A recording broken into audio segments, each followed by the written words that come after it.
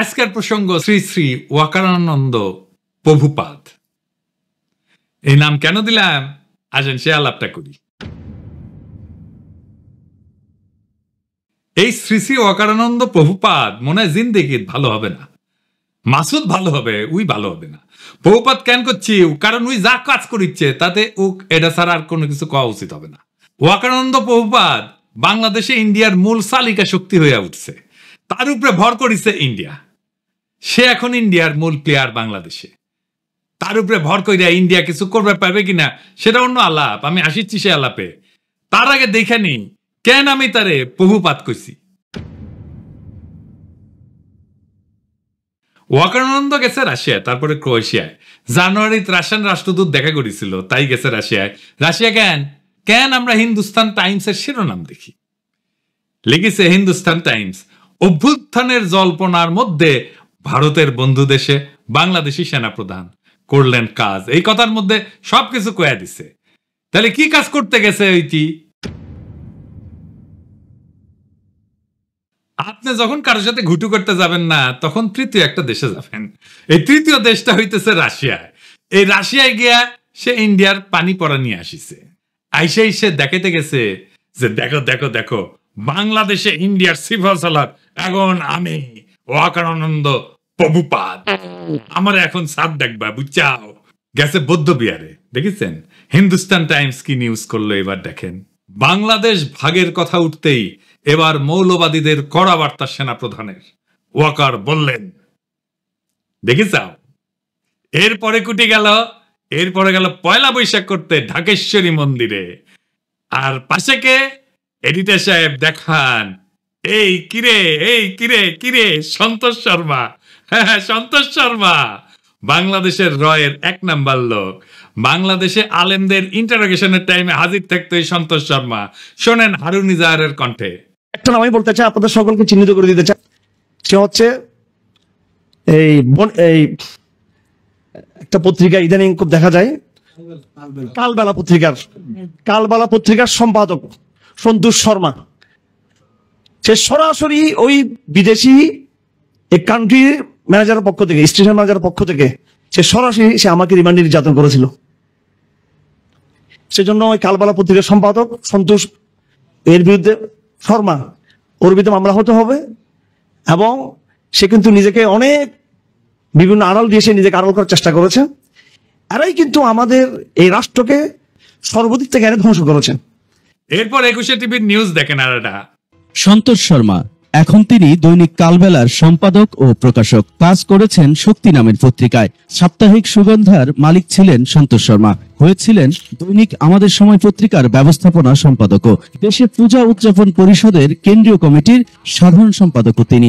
ভারতের প্রধানমন্ত্রী নরেন্দ্র মোদীর সাথে ঘনিষ্ঠতার সংবাদ প্রকাশ করে তার নিজের পত্রিকাতেই। পেশাগত এসব পরিচয়ের আড়ালে সম্প্রতি বেরিয়ে আসছে ভয়ঙ্কর তথ্য। সন্তোষ দুটো ট্রাম কার্ড সে ইউজ করে, একটা সাংবাদিকতা, আরেকটা হলো সম্পর্ক। সে বাংলাদেশ পূজা উদযাপন পরিষদের সাধারণ সম্পাদক। হেফাজতে ইসলামের যুগ্ম মহাসচিব মুফতি হারুন ইজহার চৌধুরীর দাবি, ভারতীয় গোয়েন্দা সংস্থা র এর এজেন্ট সন্তোষ শর্মা।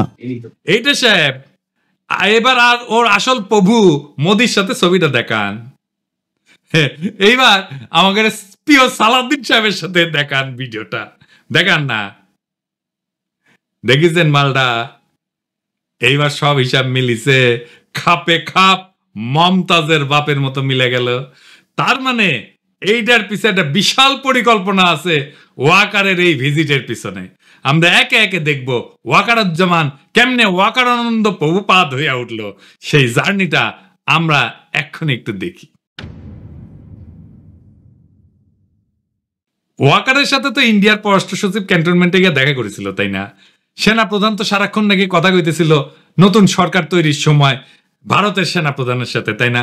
ভারতের সেনা প্রধানই কয়ে দিছে, as of today, firstly, there is no vulnerability from any side. I am in touch with the chief of Bangladesh during the time of when this changeover took place. I was in constant touch with him. Lieutenant general মুজিবকে ক্যান্টনমেন্টে অন্তরীণ অবস্থায় পলায় যেতে সাহায্য করছে। BDR হত্যাকাণ্ডের বিচার আর করা যাবে না কইছে না? এই বর্বরতা কোনো সেনা সদস্য করেনি, সম্পূর্ণটাই তদানীন্তন বিজেপির সদস্য দ্বারা সংগঠিত। Full stop. এখানে কোনো ইফ এবং বাট নাই। আয়নাগরের সব এভিডেন্স নষ্ট করেছে ক্যান্টনমেন্টের মধ্যে, রাজনৈতিক দলগুলোর ডেকে নিয়ে ঘুটু করেছে, তারপর আঙ্গুল উঁচে শশাইতে গেছে, সারা দেশের মানুষের ঠাপ খেয়ে টানছে। হাসনাতরেও ধরতে গেছিল, পাবলিকের দিছে ঠাপ, হটিছে পিছে। তারপর শহীদ পরিবারের সাথে নাটক করিছে, পন্দের আলোতে কলাম লেখাইছে, ছাত্র সৈনিকের ঐক্য যেন ফাটল না ধরে। সৈনিক মানে সাধারণ সৈনিক না, কিন্তু সৈনিক মানে ওয়াকার। তারপরে সার্জিসরা ম্যানেজ করেছে ওয়াকার, তারে দিয়ে বিবৃতি দেওয়াইছে। তাই সার্জিসের নিয়ে একটা কথা কওয়া দরকার। অনেকেই কইছে আমি কিছু কই নাই, এখন একটু কই আর কি। সার্জিসের কথাবার্তা শুনে আমি শিওর ওয়াকারের সাথে ওরা একটা গুটু হয়েছে। সার্জিসের একটা কথা কই তোমারে ছোট ভাই মনে কইরা, আমাদের টাইমে এরশাদের বিরুদ্ধে আন্দোলন করতেছি, তখন ডাকসুর জিএস ছিল জিয়াউদ্দিন বাবলু, দারুণ বক্তৃতা দিত, বাসদ ছাত্রলীগ করেছিল, খুব স্মার্ট পোলা ছিল, তোমার মতোই বক্তৃতা দিত, সুন্দর করে কথা কইতো আর কি। এরশাদের সাথে হাত মিলাইল, মন্ত্রী হইল এরশাদের, মারা গেছে বেচারা, কিন্তু তার পলিটিক্যাল ক্যারিয়ার শেষ। ক্ষমতার সাথে কম্প্রোমাইজ করলে রাজনীতি থাকে না, রাজনীতি হইতেছে ক্ষমতার সাথে টক্কর দেওয়া। বাংলাদেশে খালেদা জিয়ার যে ইমেজ, এটা হয়েছে তার প্রিন্সিপালড পজিশনের জন্য। হাসিনার যে খাইস্টা ইমেজ, তা কম্প্রোমাইজের জন্য। জিয়াউদ্দিন বাবলু তো আমারও নেতা ছিল, আমি তো তখন মফস্বলের ছোট নেতা। আজ জিয়াউদ্দিন বাবলুকে কেউ চিনে? ওই সময়ের কত নেতা আছে না, কত নেতা ছিল, তো আমার যেটুকু পরিচিতি হয়েছে সেটুকু পরিচিতিও তো তাদের নাই। অথচ আমি তো তখন মফস্বলে কর্মী ছিলাম, তাই না? রাজনীতি একটা অনেক লম্বা পথ। এইখানে এই বয়সে কম্প্রোমাইজ করে ফেললে হয়তো এমপি হবা দুই একবার, আরো বেশি হইতে পারো, মন্ত্রীও হয়তো হবা, তারপর জিয়াউদ্দিন বাবলু হয়ে যাবে। হাসনাত মন্ত্রী এমপি হইতে পারবে কিনা জানি না, কিন্তু বাংলাদেশের নেতা হবে, আগামীর বাংলাদেশের নেতা হবে, যদি তার ইমেজটা এইভাবে ধরে রাখতে পারে।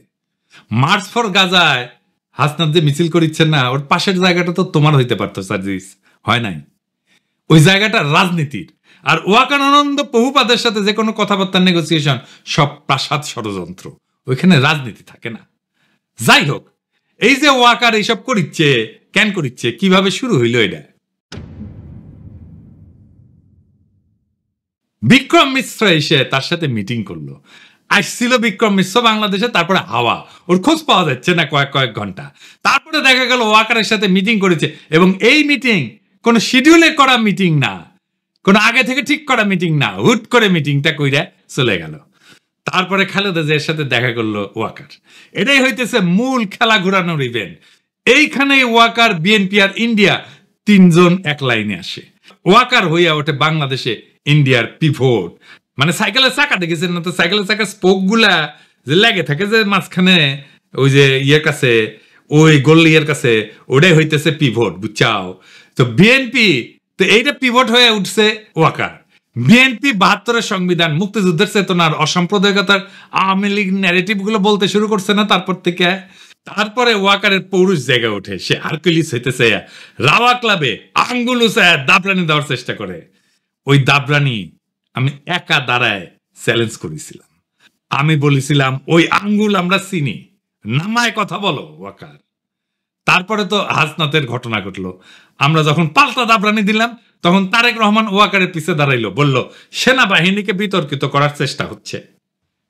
ওয়াকার কি সেনাবাহিনী নাকি একজন ব্যক্তি? তারেক রহমানের ওয়াকারকে কেন সেভ করতে নামতে হইল? ওয়াকার তো নিজেই বিতর্কিত কাজ করতেছে, একটা দুইটা না, অসংখ্য। বিক্রম মিশ্র হাওয়া হয়ে গেল কয়েক ঘন্টার জন্য। তারপরে জানা গেল ওয়াকারের সাথে মিটিং।